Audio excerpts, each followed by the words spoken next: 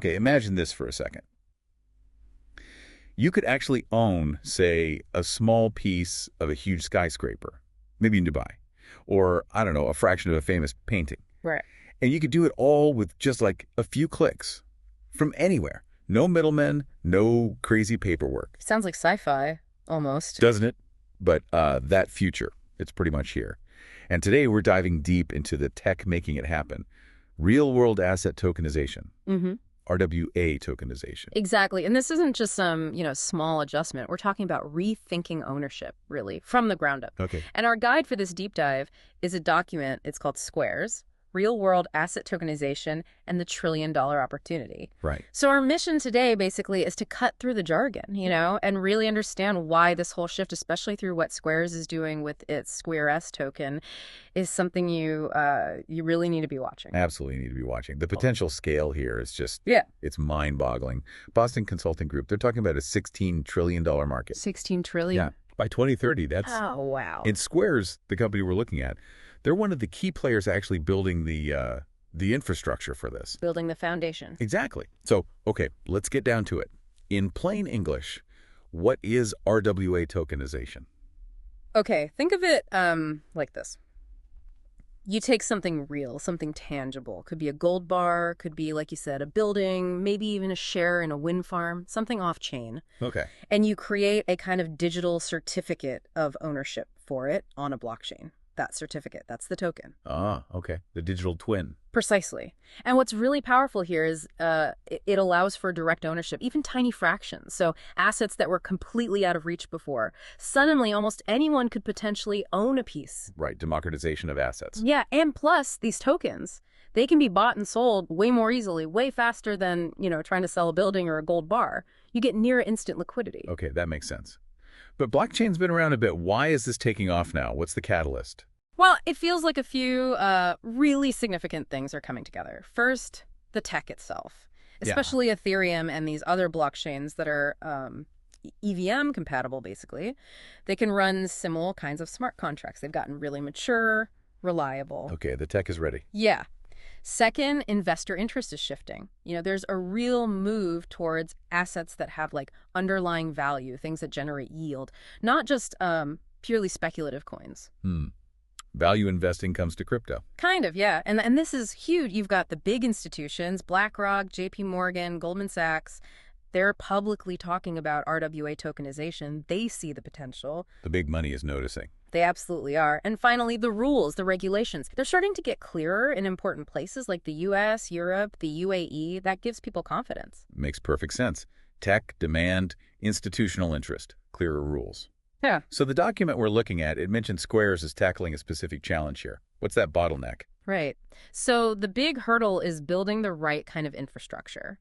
It's not enough just to make a token. You need a system that's, built for scale, super secure, but also, and this is critical, designed to work with real-world laws and regulations from day one. Ah, compliance. Exactly. Compliance and the ability to handle all sorts of different assets efficiently.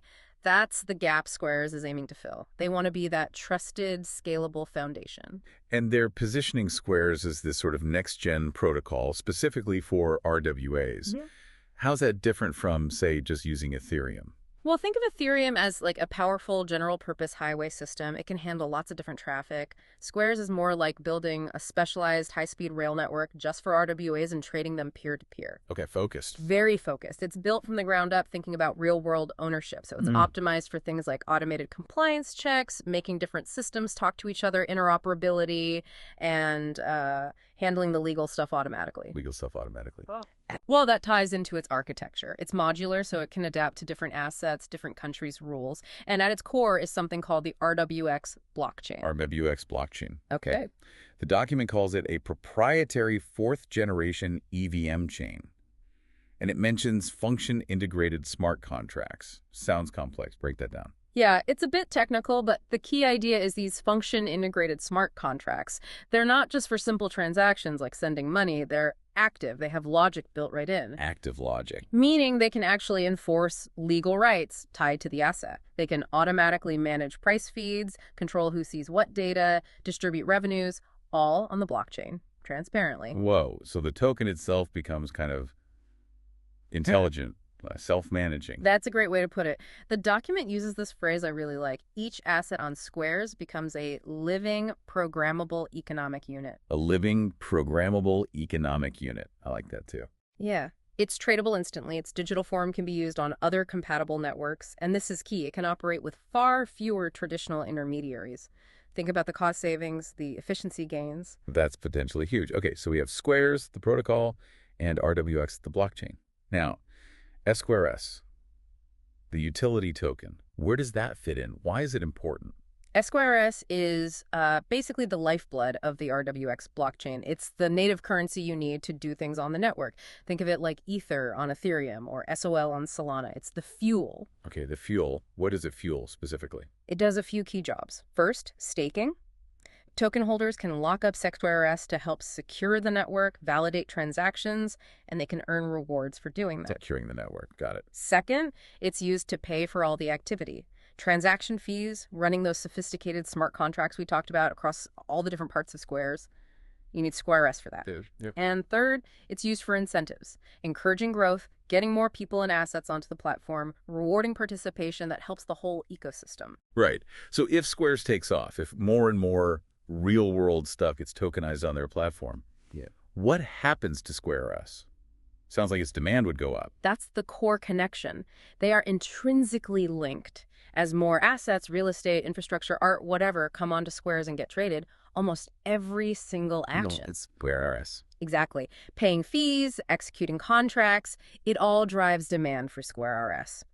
The document argues, pretty convincingly, I think, that as Squares grows, the demand for SQRS isn't just likely to increase, it's almost built into the system's success. So the value of the token is tied directly to the value being managed on the platform. Precisely. It's a really strong feedback loop. And you can see why, if you believe in this RWA trend, getting exposure early to the token, powering a key piece of infrastructure, well, it could be quite significant. People are definitely starting to notice this connection. This really does underscore the potential opportunity. Let's talk about the size of these markets again. The numbers are just staggering. They really are. Global real estate, the estimate is around $326 trillion. Trillion with a T. Yeah. Then infrastructure assets globally, think roads, bridges, power plants, over $100 trillion. And then art, collectibles, other alternatives, another $30 trillion plus. It's vast. Okay. Huge addressable markets. But how much is actually tokenized now? And this is the kicker. Even now, in 2024, the total value of tokenized RWAs is estimated to be less than $2 billion. Less than $2 billion, compared to those hundreds of trillions. Exactly. It highlights just how incredibly early we are. It's like seeing the internet in, 1995.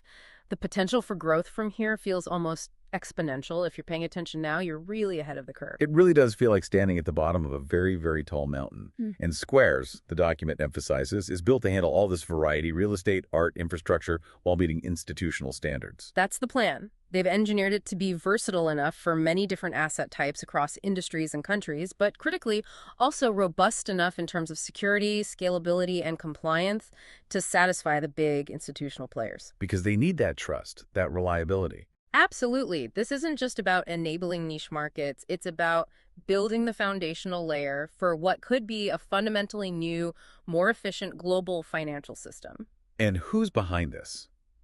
Is it just a concept, or is there real experience driving it? The document mentions the team. Yeah, and that's a really important piece for credibility. The team at SQARES AG isn't new to this game. They bring together deep experience from private equity, from hardcore blockchain development, even artificial intelligence. Diverse expertise. Very diverse. And global, too. Roots in Germany, Dubai, Switzerland, London, key financial and tech hubs. The leadership, apparently, has decades of combined experience in investing, building complex software, cryptography, navigating global finance. So they understand both the old world and the new. That's the sense you get. They seem to have the experience to understand the challenges and the technical chops to build the solutions. It adds a lot of weight to their vision. Okay, so summing up, SQARES isn't trying to replace Ethereum or anything like that. It's building on existing tech, but creating a specialized layer just for these real-world assets. Exactly. The document puts it nicely. SQARES, extends the capabilities of existing platforms. It's not really a competitor in that sense, and it's not just putting old finance on a blockchain. It's reprogramming it. Right, making it more efficient, more transparent, more accessible, and importantly, they seem to be tackling regulation head-on, proactively. That suggests they're building for the long haul. Yeah, that sounds crucial for adoption. Definitely. This doesn't feel like just another crypto hype cycle. It feels like laying the groundwork for something genuinely transformative. So for everyone listening, what we've explored here today with SQARES and RWA tokenization, it really does feel like more than just a trend. It's a potential shift in how value works, unlocking what the source calls that $30 trillion opportunity. At least. And SQARES, with its specific focus, its RWX chain, the SQRS token, it certainly looks positioned as a potential key player, maybe even a gateway to this new frontier. Honestly, you get the feeling that if you blink, you might miss something really, really big happening here. Which leads to a final thought, something for you to chew on. With this kind of infrastructure emerging, making ownership easier, more fractional, more global, think about it. What asset class out there, something traditionally stuck, illiquid, what do you think could be completely transformed by this next? And what new opportunities does that unlock? Not just for the big guys, but maybe for everyone. It's a fascinating future to consider.